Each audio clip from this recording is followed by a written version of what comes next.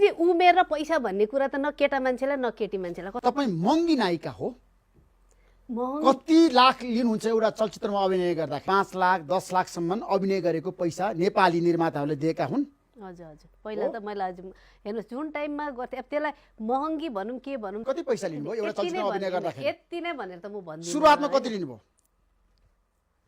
सुरुवातमा ठ्याक्कै चाहिँ म भन्दिनँ क्या ऋषिजी।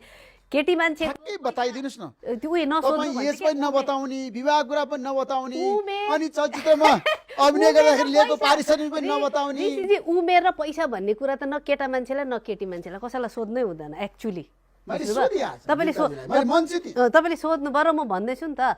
मैले त्यो टाइममा जति पैसा लिन्थेँ त्यो पैसा सबैभन्दा महँगो लिएको भन्थेँ। तर मलाई मेरो आफूले तपाईँले भन्नुहुन्छ मलाई के लाग्छ भने नि अब मलाई अब अहिले 4-5 लाख रुपियाँ भन्छ त्यो त मैले त्यो टाइममा नै लिन्थेँ होइन, लिइसकेको त्यो 10 वर्ष अगाडि 15 वर्ष अगाडि नै लिइसकेको होइन। त्यो लिएर काम गरेँ मैले।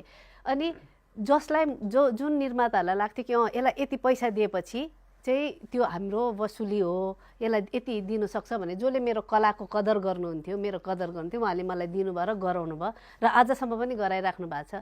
र जसलाई लाग्छ कि यसलाई ठ्याक्कै बताइदिनुहोस् तपाईँले अहिलेसम्म महँगो चलचित्र कुन चाहिँ हो त अभिनय गरेको?